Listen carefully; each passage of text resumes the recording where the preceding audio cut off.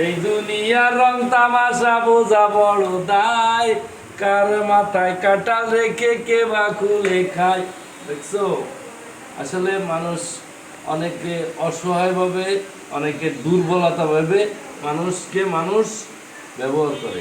এই কাঁঠাল যেমন, ওই যে আমরা শুনছি না যে কারোর মাথায় কাঁঠাল রেখে কে অনেকে এই গোল্লাগুলোরে খুলে খুলে খায়। তা আসলে এই